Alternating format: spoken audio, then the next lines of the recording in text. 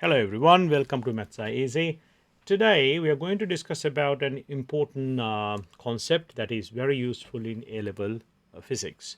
Now, this topic is not directly a part of the specification for A-level physics in most exam boards. However, the idea behind this is really important to understand the questions and to see how they work.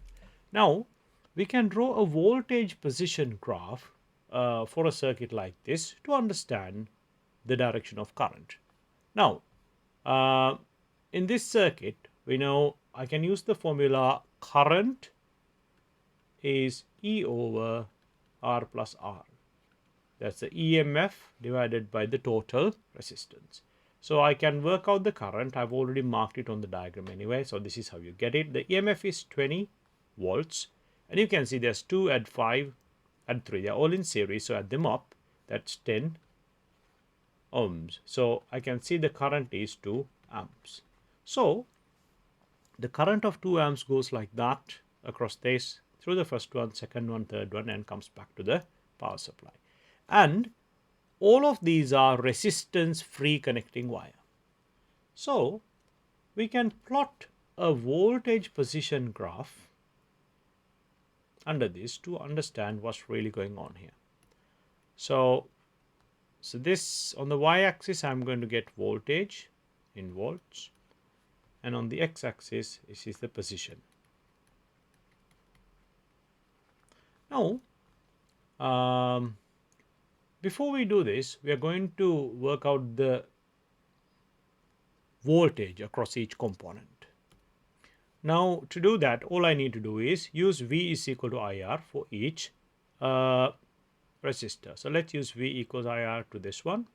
V is equal to IR.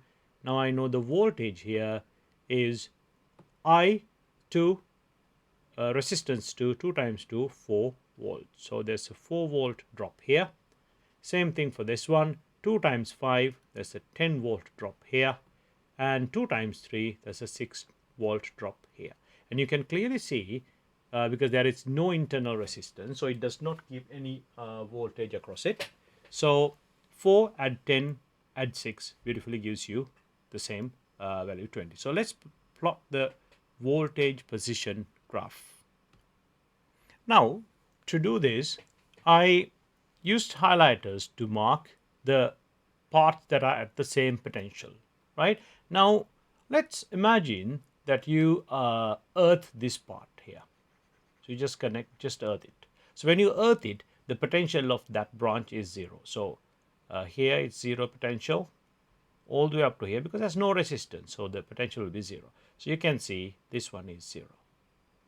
Now we already calculated that the potential difference across this one is 6 volts. So on the right hand side, if it is 0, on the left hand side it must be 6 volts. And you can see that. So 0 and this bit must be 6 volts. So on the voltage position graph, I'm going to get 6 volts and just draw a line like that.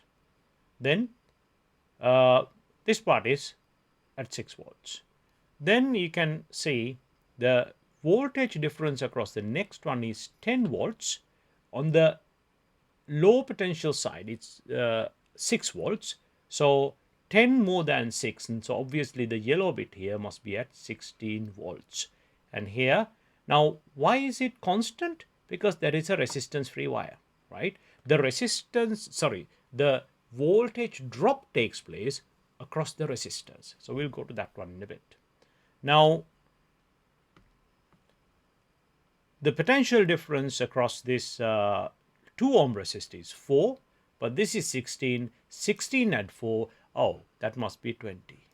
So there is no resistance here. So all of these bits are at the same potential. And you can see that shows the potential difference across this power supply. On the right hand side is 0. On the positive side it's 20. So that's 20 volts, which is the EMF. Now what happens here is there is a